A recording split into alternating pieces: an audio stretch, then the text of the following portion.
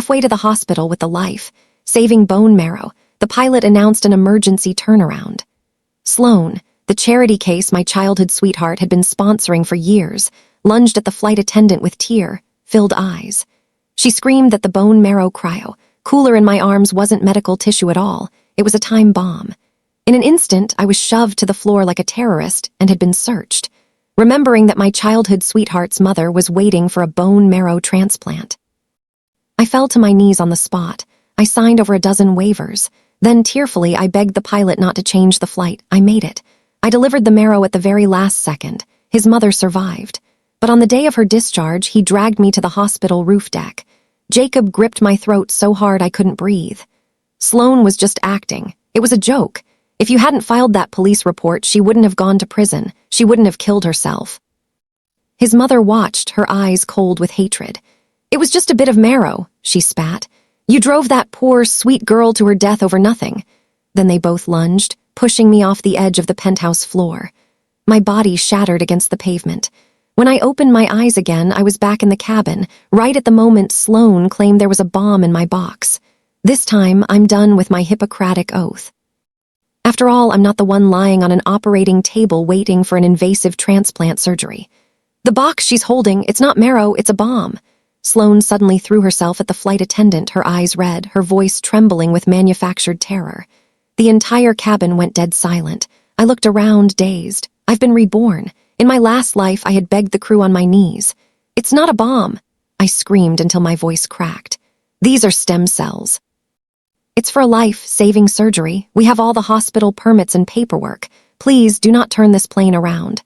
I traded my dignity and my life for the chance to save Jacob's mother. And the result? Jacob and his mother hated and murdered me, tossing me off a 20-story building. This time, I'm not playing the martyr. Sloane covered her mouth, looking like she was about to burst into tears. "I heard her. She just said if this thing opens, we're all dead." The flight attendant's gaze snapped to me. The passengers around us descended into a frantic panic. I looked directly at Sloane. "Are you willing to take legal responsibility for that statement? You know exactly what's in here." She bit her lip and ducked behind Jacob, tears flowing instantly. Jacob stood up, shielding in front of her. "Carrie, why are you yelling at her?" As if I were the one causing a scene. He pulled me aside, his voice a low, condescending hiss. "She saw how stressed you were. She's just trying to lighten the mood. Besides, Sloane just wants to play. What's the harm in playing along for a bit?" I looked at Sloane's pitiful face and let out a cold laugh. She really did love to act. It was a waste she wasn't in Hollywood. Instead, she spent her time terrorizing the hospital. When a patient had a simple stomach flu, she'd tell the family with a straight face, "It might be terminal cancer. Better start planning the funeral." When a woman was in labor, she'd tell the frantic husband, "There were complications, neither made it." She even told a father during his kid's check-up mysteriously, "Your wife's cheating. Neither of you has the blood type to produce this kid." When people broke down in tears, she'd burst out laughing. "Oh my God, you guys are so sensitive. My acting is just too good." When the hospital finally received enough complaints to launch an investigation, she'd run to Jacob, sobbing. "I was just trying to help." I wanted to ease their tension with a joke. How was I supposed to know they'd take it seriously? Carrie screamed at me in front of everyone like I committed a federal crime. She played the victim, and Jacob blamed me for being heartless. Even today, when we went to collect the marrow, the donor's family was drowning in grief over their loss. Sloane decided to put on a show. "You should consider it a royal blessing that you're donating your marrow to me." The family was so insulted, they almost rescinded their consent on the spot. I had to grovel, explaining the medical urgency and the professional protocol until my throat was parched just to fix her mess. The moment we walked out, Sloane cried that I had disrespected her. I ignored her then, but I never imagined she'd be insane enough to pull this stunt on a plane. Seeing the chaos, a glint of triumph flashed in Sloane's eyes. She raised her voice, shouting over the panic. "If you don't open that box and defuse the bomb right now, we're all going to die." The flight attendant turned pale. "Ma'am, please hand over the box for inspection immediately." I adjusted the pin on my lapel and looked at Jacob. "You are the legal next of kin for the recipient. Are you sure you want to open this?" Right now, Jacob's mother was prepped for surgery, waiting for these cells to save her life. But bone marrow stem cells are fragile. Once the cryo cooler is opened in a non-sterile environment, they die instantly. They become trash. Jacob glanced at me, his expression full of annoyance. Carrie, can you just cooperate for once? I'm sure. Open it, it's my call. The crew approached cautiously to assess it. Sloane couldn't wait. With a wicked, mischievous light in her eyes, she lunged forward and tore the lid off the box. Jacob stood by, smiling dotingly at her. He had no idea that he hadn't just signed the death warrant for the box. He had just killed his mother. The moment the lid was ripped off, my breath hitched. It wasn't because I mourned my wasted efforts. It was the instinct of a doctor, the primal urge to prevent a life from slipping away. Then I remembered Jacob and his mother's faces as they pushed me to my death. My heart turned to stone. As the lid fell back, a plume of frigid white mist swirled into the cabin air. In that single second of exposure, the bone marrow cells died. Before anyone could process it, Sloane's scream ripped through the plane. "Get down, it's going to blow." The cabin descended into chaos. Passengers dove for cover, clutching their heads while others scrambled toward the back, shrieking at the flight attendants. "Why would you open it? Are you insane?" Someone bellowed over the crying and cursing. The cacophony was deafening, a sharp vibration against my eardrums. I sat there, perfectly calm, feeling only a faint touch of regret for the others involved.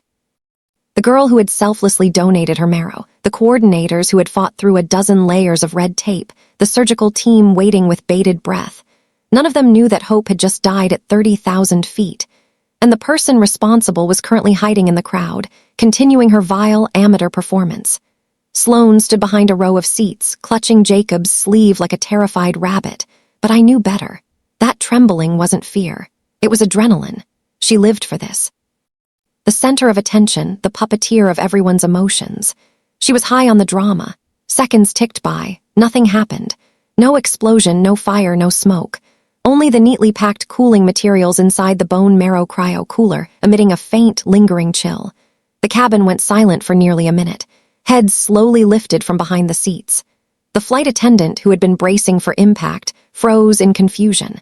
A few brave passengers leaned in to inspect the box. Their faces contorted with sudden, sharp fury. "It's just a medical transport box. There's no bomb, there never was." Was this some kind of sick joke? Right on cue, Sloane blinked and a giggle bubbled out of her throat. "Ha ha ha, oh my god, I'm such a good actress, I totally had you guys fooled." She doubled over in laughter, the fake tears still wet on her cheeks. She was radiant with pride, thrilled that her performance had worked so well. But she failed to notice the look in the eyes of everyone on that plane. It wasn't admiration. It was pure, burning rage. Passengers stood up one after another, pointing in Sloane's face. "What the hell is wrong with you? You think risking everyone's life is a joke?" Sloane shrank back, her eyes welling up again. I'm just a good actress. Is that a crime? Jacob, I'm scared. Why are they being so mean to me?" She burrowed into Jacob's chest, acting as if she were the victim of some grand injustice. Jacob held her tight, his voice dripping with nonchalant arrogance. "She's young. She's just a bit playful. Besides, nothing actually happened, did it? Why are you all making such a big deal out of nothing?" Even the flight attendant standing nearby couldn't help but roll her eyes. Despite the tension, protocols had to be followed. The crew suppressed their anger and moved to calm the rest of the passengers in the cabin. The purser knelt to inspect the transfer logs, hospital records, operator certifications, and the handover documents I had provided. Her expression darkened with every page. "This is indeed an emergency medical shipment," she said, her voice heavy with professional gravity. "We'll increase our airspeed to arrive as early as possible. Don't you dare," Jacob interrupted, his voice cold. I turned my head. Jacob was wiping Sloane's tears, his movements as gentle as if he were soothing a toddler. He didn't even look up. "Flying too fast or descending too sharply causes turbulence. Sloane will get scared. The marrow can wait a few minutes. What if the turbulence traumatizes her?" I lowered my gaze, refusing to say a word. The purser opened her mouth to argue, then simply turned and walked away. Now that the heat was off her, Sloane started getting restless again. "Jacob, my stomach feels weird." I really wish I had something ice, cold to drink. Jacob looked down at her and let out a soft laugh. "You little brat, if you want a drink, just say so. Why the drama?" But the flight attendant had already made it clear there were no cold beverages available. Sloane's eyes darted around until they landed on the Bone Marrow Cryo cooler at my feet. "Isn't that box freezing? We could use it to chill our sodas." This time, I didn't even feel the urge to stop her. The cells were already dead. Fighting was pointless. But just because I wasn't fighting didn't mean I was going to take the fall for them. I looked at Jacob, my tone as flat and professional as a court reporter. Mr. Harrison, you are the recipient's legal next of kin. Opening this cryo cooler again will become non-viable. Please confirm. Do you authorize opening the unit and moving the biological contents? I put a sharp, deliberate emphasis on the word confirm. Jacob's brow furrowed with pure impatience. Carrie, are you done? You think opening a lid magically ruins the marrow? Who are you trying to scare? Sloane grew up as a charity case. She's never been on a plane. She's excited. She wants a cold drink and you're just bitter about it. I nodded calmly. So you are confirming the opening. Confirm, do it. He didn't even wait for a crew member. He leaned over and ripped the lid open himself. Jacob tossed the sterile packing materials and the cell bags aside like they were literal trash. Sloane smiled triumphantly, stuffing her drinks into the box. Jacob, you're the best. I sat back, closed my eyes, and rested. When the plane finally touched down and the doors opened, Jacob grabbed Sloane's bag with one hand and shielded her with the other as they walked out. He had completely forgotten I was his girlfriend. He had also forgotten that this trip wasn't a getaway with Sloane. It was a mission to save his mother's life. I suppressed every emotion and quietly packed up the ruined cooler. Outside the airport, the Harrison family driver was already waiting, checking his watch frantically. As soon as we got into the car, Sloane wrapped her arms around Jacob's. Her voice was sugary sweet. Jacob, it's such a beautiful day. Can we go to Disneyland before the hospital? The driver's hands stiffened visibly on the steering wheel. Incredibly, Jacob was actually considering the request. Sloane shook his arm, her voice a tactical whine. I went through so much trauma on that plane, Jacob. I just need a little fun to decompress. Besides, it's just marrow. A few more hours won't make a difference, right? Jacob was sold. All right, whatever you want. The driver couldn't hold back anymore, his voice cautious and trembling. Sir, the hospital has been calling non-stop. Jacob's face darkened, and the driver immediately shut his mouth. I finally looked up at Jacob, my voice cold, clinical, and entirely detached. Out of professional protocol, I am giving you one final warning. The marrow in that cooler is dead. You should contact the Be the Match registry immediately to see if there's a backup donor, or notify the hospital to adjust their surgical plan right now. Sloane pounced on the opportunity, looking at me with theatrical hurt. Carrie, if you wanted to come to Disneyland with us, you could just say so. Why wish death on Jacob's mom? Jacob's expression turned lethal. Carrie, what is wrong with you? Ever since we got on that flight, you've been spewing this alarmist bullshit. Are you trying to ruin Sloane's day on purpose? The tone in his voice was an exact echo of the day he murdered me. I simply nodded and pushed the door open, stepping out of the car. The black navigator roared away a second later, leaving me in the dust. In a normal life, I would have called the hospital's emergency coordinator immediately to arrange a pickup or organize a contingency plan. But now I just stood there quietly, looking down at the cryo, cooler in my hand. There was no point. A completely non-viable sample paired with a family that didn't value human life. Calling for backup would just be a waste of medical resources. I hailed a taxi. When the driver asked where I was going, I gave the hospital's name and leaned back, closing my eyes. The scene on the roof deck from my previous life flashed behind my eyelids like a recurring nightmare. As the wind whistled past my ears during the fall, I couldn't understand it. I was the one who saved her, so why was I the one who had to die? Now, I finally got it. Some people deserve exactly what's coming to them. If you force a rescue, you only transfer their misfortune onto yourself. I reached the hospital 30 minutes later. As I walked into the transplant center with the cooler, I saw Jacob rushing toward me. His father had finally tracked him down and screamed at him over the phone until he showed up.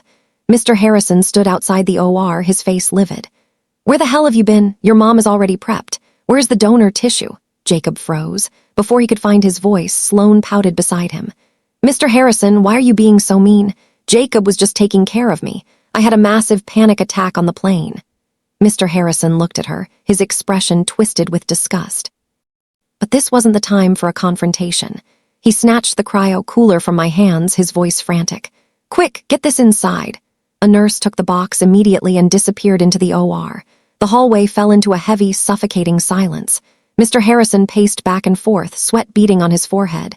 Jacob finally felt a flicker of genuine unease, whispering to me, Carrie, it's going to be okay, right? I didn't answer him. A few minutes later, the double doors pushed open. The lead surgeon walked out, his mask still on, but his eyes were hollow with exhaustion and weight. I'm so sorry. The patient suffered severe complications during the procedure and has passed away. The primary cause was the donor cells. They were completely non-viable due to temperature exposure. The transplant failed. My deepest condolences. Jacob stood paralyzed, the color draining from his face until he was as white as a ghost. What did you just say? Jacob looked like he'd been struck with a lead pipe. His lips were trembling, the blood completely drained from his face. I watched him crumble, feeling a surge of dark, cruel satisfaction. In my last life, I knelt on the floor and shredded my dignity just to give his mother a fighting chance. In this life, the man who personally signed her death warrant was Jacob himself. The lead surgeon sighed, his voice heavy with finality. The donor cells were completely non-viable due to repeated exposure and lack of temperature control. The patient suffered severe complications during the procedure, and resuscitation efforts failed. Mr. Harrison's coffee cup hit the floor, shattering into jagged pieces. He snapped his head toward me, his eyes cutting like serrated blades. What happened? You were the one in charge of the transport. Before I could breathe a word, Sloane was already sobbing into her hands, the tears flowing on command. Carrie didn't mean it. She insisted on using the cryo, cooler to chill her sodas, and we couldn't stop her. Mr. Harrison, please don't be too upset. She ducked behind Jacob, playing the part of the traumatized witness to perfection. The hatred in Mr. Harrison's eyes was absolute. There was no trace of the kind, fatherly figure he had pretended to be for years. You useless bitch. I pay your hospital a fortune, and you can't even deliver a single box of marrow. If it weren't for your negligence, my wife would still be alive. Call the police. I want her behind bars. I want her to pay for my wife's life with her own. Every pair of eyes in the hallway pinned me to the spot. Some of my colleagues tried to defend me, whispering, "There has to be a mistake. Dr. Carey isn't like that." Jacob's throat worked as if he wanted to speak, but he kept his mouth shut, allowing his father to drown me in insults. It was almost funny. In my last life, I died because I saved her. In this life, I followed Jacob's orders to the letter, and they still wanted to drag me through the mud. The sound of hurried footsteps echoed from the end of the hall. Police officers approached, flanked by the hospital board members. The moment Mr. Harrison saw the uniforms, he pointed a shaking finger at me and roared, "That's her. She murdered my wife. Arrest her now." I looked up and let out a faint, cold smile. "Why the rush? We're going to settle this debt item by item." "Officers, it's her." Sloane cut in, her eyes red and puffy, acting the part of the heartbroken ward. "That priceless marrow spoiled right in her hands. She's the reason Mrs. Harrison is dead."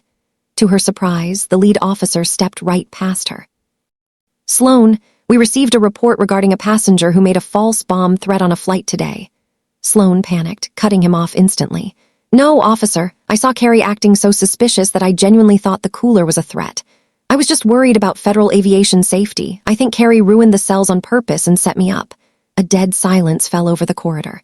The hospital chief frowned at me, waiting for an explanation. I didn't argue. I didn't cry. I simply reached up and unpinned the small brooch from my lapel. It wasn't jewelry. It was a high-definition body camera. "I have a recording of the entire trip." The corridor fell into a silence so absolute you could hear their breathing. Sloane's face froze mid-sob. Jacob snapped his head up, his skin turning a sickly, translucent white. I unpinned the body camera and handed it to the officers. From the moment I received the marrow, to soothing the donor's family, through 2 unauthorized openings of the cryo, cooler and the detour after landing, everything is recorded. Since the family wants to hold someone accountable, let's see who really killed her. The police accessed the footage immediately. A crowd gathered around the tablet in the hallway, watching the nightmare unfold frame by frame. On the screen, Sloane's eyes were wild as she screamed about a bomb, triggering a wave of terror throughout the cabin. Then my voice, clear and unwavering. "Mr. Harrison, opening this will ensure the cells become non-viable. Are you sure you want to proceed?" Jacob's verbal confirmation was undeniable. It was ironclad evidence. When the video finished, the hospital chief slammed the tablet onto the bench, his face livid. Dr. Carey fulfilled her professional protocol to the letter. She warned the family, and not once did she open that cooler on her own. The people who tampered with emergency medical materials were the recipient's own family. This hospital will be filing a report against Jacob Harrison and Sloane for obstructing medical transport. The lead officer closed his notepad.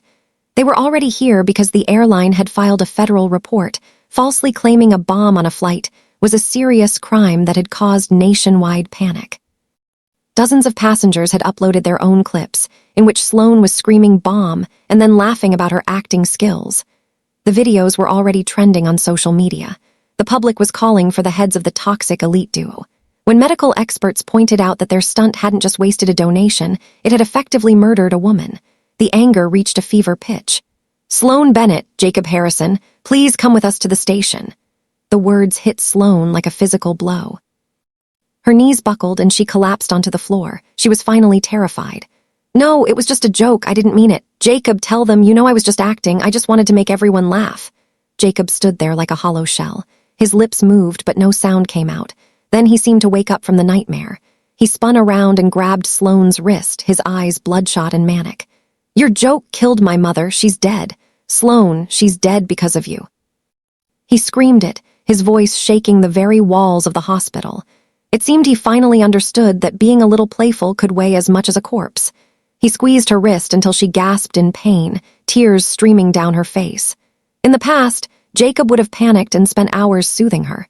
This time, he just ignored her. He swung his hand and slapped her across the face so hard her head snapped back. Her cheek began to swell instantly. I watched from the sidelines, watching the dogs turn on each other. It was pathetic. Jacob was always the same. In my last life, while his mother was alive, he blamed me for ruining Sloane. In this life, now that his mother was dead, he poured all his rage into Sloane. But not once did he admit that he was the one who confirmed. He was the one who wanted his soda chilled in a life, saving cooler. He wasn't innocent. He just had a habit of cutting himself out of the blame. As the officers stepped forward to take them into custody, Sloane grabbed at the last straw. She clutched her stomach. "You can't arrest me, I'm pregnant."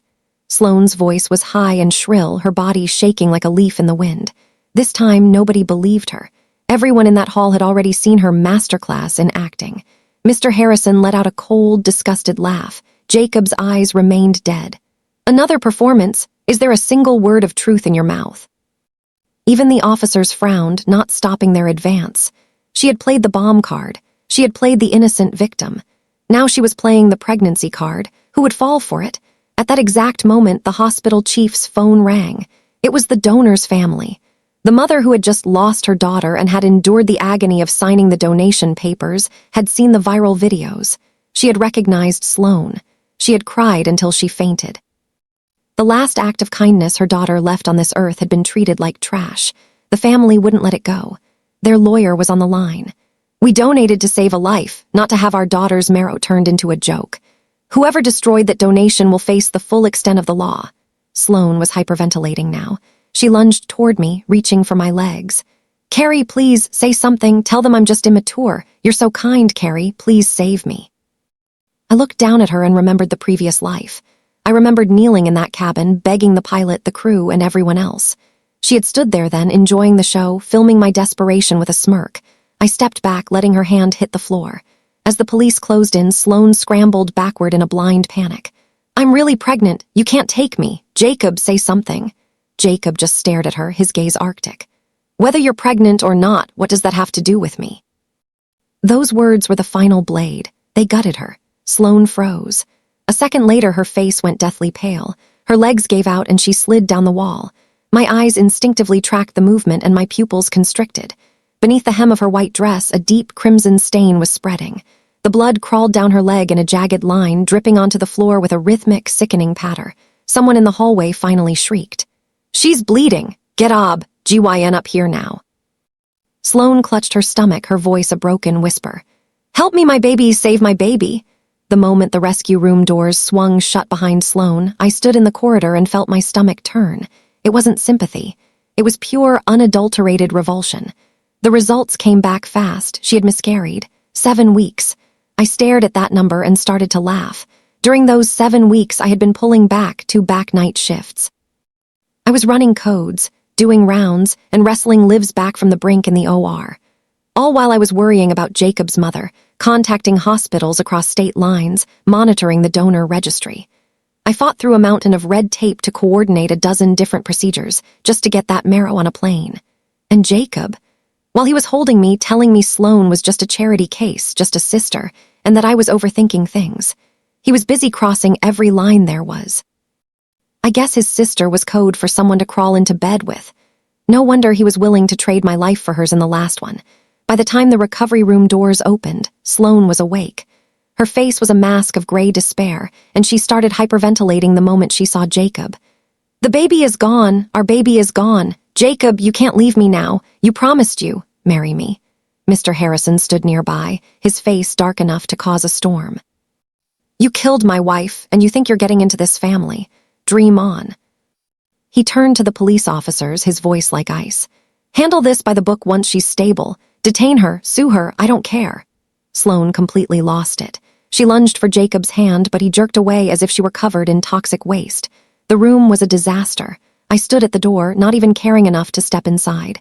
Then Mr. Harrison caught sight of me. His entire demeanor softened instantly. "Carrie, the Harrison family owes you a massive apology. Jacob was a fool, blinded by that bitch, but you're the only one I ever recognized as his future wife. I'll make this right. Jacob will never speak to that creature again." I almost laughed in his face. His wife was dead, his son was a cheater, and his mistress just had a miscarriage, yet he was still trying to talk to me about being his daughter-in-law. As if I wasn't a person, just a high-end piece of furniture that fit their brand. "Don't bother," I said. "As of right now, Jacob and I are nothing." I turned and walked away. Behind me, Jacob finally seemed to snap out of his trance. He stumbled after me. "Carrie!" I didn't look back. When you throw out the trash, you don't go back to check the bag. I just didn't realize that Jacob and Sloane's karma was going to hit them so much harder than I ever expected. With his wife gone, Mr. Harrison turned all his fury on Jacob. In front of lawyers and the entire extended family, he formally disinherited him. He cut his cards, fired him from the firm, and seized his penthouse and cars. He even put out a word that any company partnering with the Harrisons was forbidden from hearing him. On the day of the funeral, Jacob wasn't even allowed inside the chapel. Mr. Harrison even told the detectives, "If there's a criminal case for my wife's death, the Harrison family won't protect anyone, including Jacob." Sign the waivers, he gave the verbal confirmation. He has to own his mistakes. The word spread through Chicago instantly. Jacob Harrison was dead to his father. That's when Jacob started stalking me. Some days he'd be outside the hospital with flowers, his eyes bloodshot and desperate. Other days, he'd be kneeling on the sidewalk after my night shift, begging for a second chance. He said he was sorry. He said Sloane tricked him. He said only after his mother died did he realize who truly mattered. I didn't give him so much as a glance. Belated love is cheaper than dirt. Besides, what he gave me wasn't love. It was a knife to the back. Then one day, while I was home on a day off, my phone started exploding with messages from colleagues. I opened the work group chat to see dozens of messages flying by. The stars of the show were two very familiar faces. Apparently, Sloane had started her acting routine again in lockup. She was clutching her stomach, screaming about a hemorrhage, and claiming the hospital hadn't cleared her out properly. She demanded a re-examination. The guards transported her back to the hospital. The second she walked in, she started screaming for me, claiming I was the only one who understood her condition. Luckily, I wasn't there. My coworkers were all saying I'd dodged a bullet. But as fate would have it, Jacob had shown up at the hospital that day to find me, clutching a bouquet of roses. They ran into each other in the surgical corridor. Sloane's eyes turned red the moment she saw him. "You won't even visit me in jail, but you're here every day for her." Jacob didn't have any tenderness left. "Shut up! Why didn't a freak like you just die already?" That was the breaking point. Sloane was already on the edge of a psychotic break. Hearing that pushed her over. No one noticed she had swiped a scalpel earlier and tucked it into her sleeve. Before anyone could react, she pulled the blade and lunged. "Go to hell, Jacob." The blade sank deep into Jacob's abdomen. The hallway turned into a bloodbath. People were screaming, guards were wrestling for the knife, and nurses were rushing to apply pressure. Even as they pinned Sloane to the floor, she was shrieking hysterically. "It's your fault. You all drove me to this. Why should I be the only one in hell?" When the final photo hit the group chat, I stared at it for a long time. In the picture, the floor was covered in blood. Jacob was clutching his stomach, his face as white as a ghost. I only had one thought. One stab wasn't enough. It didn't hurt 1,000th as much as my death did. Too bad she didn't finish the job. The blade had missed his vital organs. Jacob was lucky. He survived the emergency surgery. But fate had a darker sense of irony than a scalpel. During his recovery, a routine blood panel came back abnormal. After a bone marrow biopsy, the diagnosis was official: leukemia. When the results hit his chart, Jacob sat on his hospital bed for hours, unable to utter a single word. The doctors explained the treatment plans, the odds, and the necessity of a transplant. At the end of the day, if he wanted to live, he needed a matching donor. It was sickeningly poetic. The very thing he had treated like trash, the thing he had let spoil for a lukewarm soda, was now his only hope for survival. But this time, God wasn't listening. The Be the Match registry came up empty for a perfect match. And while there were potential matches within the Harrison extended family, Mr. Harrison issued a cold decree: no one was to donate to him. Jacob wasted away in that hospital bed, growing thinner and more skeletal by the day, looking more like a corpse than a patient. He came to find me one last time. I had just stepped out of the OR when I saw him at the end of the long corridor. His hospital gown hung off his frame, flapping in the drafty hall. In just a few weeks, he had become a ghost of the man I once knew. He looked at me, his eyes bloodshot and rimmed with red, his voice a gravelly whisper. "Carrie, I know I have no right to ask for your forgiveness, but I'm so sorry. If I had just listened to you on that plane, if I hadn't let Sloan run wild, if I hadn't treated my mother's life like a game. Is this her? Is my mom taking me away the same way I took her?" I stared at him. It took a long time before I found my voice. "Jacob, the most useless words in the English language are 'I'm sorry.' I'm just glad you finally realized that no one is going to stand around forever, and no one's gonna pay the price for your stupidity." He couldn't speak, just watched the tears hit the linoleum floor, one by one. I looked at the face I had once loved and eventually hated, and I felt absolutely nothing. No anger, no satisfaction, just silence. "In my last life, when you and your mother pushed me off that roof deck, did you ever stop to wonder if I would feel the pain?" Jacob snapped his head up, his pupils shrinking to pinpricks. I didn't bother explaining further. I didn't owe him my history. I turned my back on him and walked away, and I didn't look back. 3 days later, the news broke. At 4:00 a.m., a patient had jumped from the roof deck of the surgical tower. He was dead on impact. It was Jacob Harrison. They found a scrap of paper in his room with only 4 words written on it: "Carrie, I am sorry." I heard the news, felt a flicker of nothingness, and went back to charting my patients. Months later, my life finally returned to its proper orbit. The hospital granted me a long, overdue sabbatical and formally cleared my record regarding the transport incident. Because my evidence was ironclad and my protocols were flawless, I wasn't just exonerated. I was promoted to the core transplant leadership team. The chief of surgery pulled me aside and patted my shoulder. "Carrie, you did the right thing. A doctor's job is to fight for life, but we aren't required to go down with the ship when a fool is at the helm." Later that year, I attended a memorial service for organ donors. Standing in the crowd, looking at the photos of the young faces on the memorial wall, my eyes grew misty. The people who truly give the last light of their lives to save a stranger, those are the ones who should never be failed. I remembered what I told myself when I first woke up in this life. Stop being a martyr. Stop the toxic empathy. But looking at these selfless donors, I finally understood. I didn't need to let go of my kindness. I just needed to let go of my obsession with fixing broken, entitled men. I would keep being a doctor. I would keep standing between the OR and the grave. I would keep wrestling lives back from death. But this time, I learned to save myself first. I'll never let anyone use my kindness as a leash to drag me into the fire ever again. My phone buzzed in my pocket, a notification from the transplant group chat. New match confirmed. Briefing tomorrow at 7:00 a.m. I stared at the screen for 2 seconds and smiled. I turned around and walked toward the hospital entrance. The night was dark, but the path ahead was perfectly clear.